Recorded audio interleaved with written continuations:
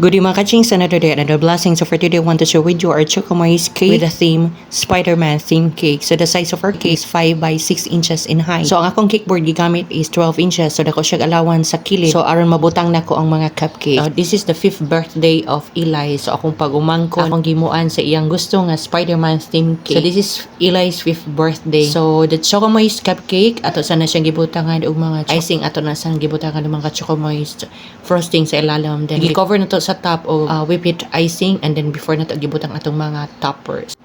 So this Spider-Man theme cake gi-delivered na nato last March 5, 2026. So ginahina lang nato upload ang atong March nga mga cake. So this is for Eli's 5th birthday, ang iyang paboritong Spider-Man theme cake.